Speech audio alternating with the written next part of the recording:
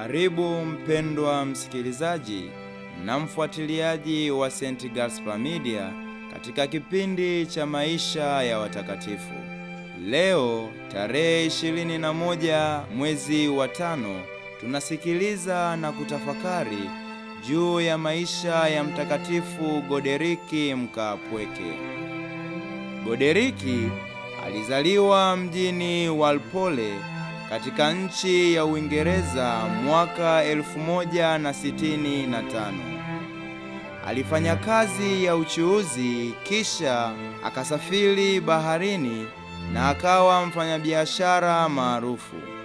Safari zake zilikuwa nyingi na ndefu.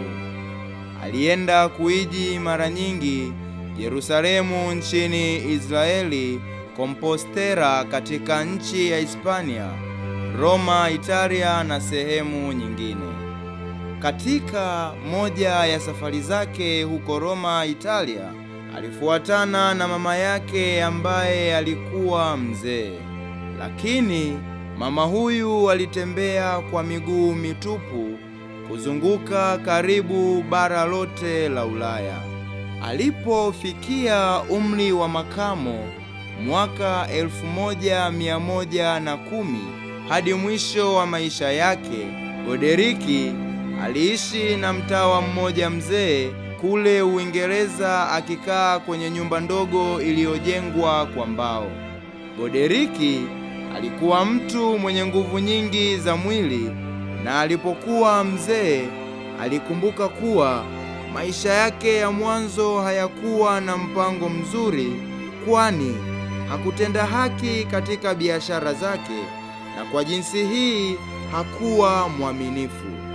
Kwa hiyo kama mtawa alitafuta kwa bidii zote namna ya kuyarekebisha maisha yake na kuirudisha hadhi yake. Alikuwa na mawaidha mazuri kwa yeyote yule aliyetaka ushauri wake. Alikuwa na karama ya utabiri, kwani aliweza kufahamu na kuona matukio ya mbeleni. Alipenda sana wanyama na alikuwa na uwezo wa kuwatiisha wanyamapori. Alifuga wanyamapori, hata nyoka wenye sumu kali, na kuwafanya kama wanyama wafugwao. Kwa sababu hiyo, alijenga urafiki na wanyama hawa, akiwachukulia kama viumbe vinavyomdhihirisha Mungu.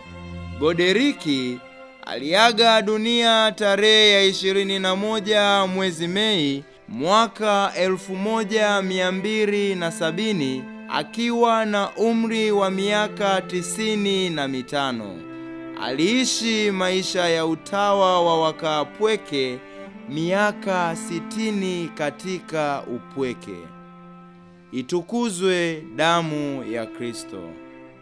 Milele amina.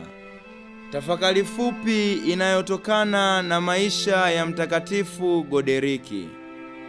Aliona utukufu wa Mungu katika viumbe vyote, akamsifu Mungu. Watakatifu wengine wa siku: Watakatifu Hermani, Yosefu, Konstantino na Kristofa, Watakatifu Timotheus, Paulius, Eutychus Mashemasi, wafiadini wa Algeria, Mtakatifu Secundus, padre mfiadini wa Misri. Mtakatifu Goderiki Mkaapweke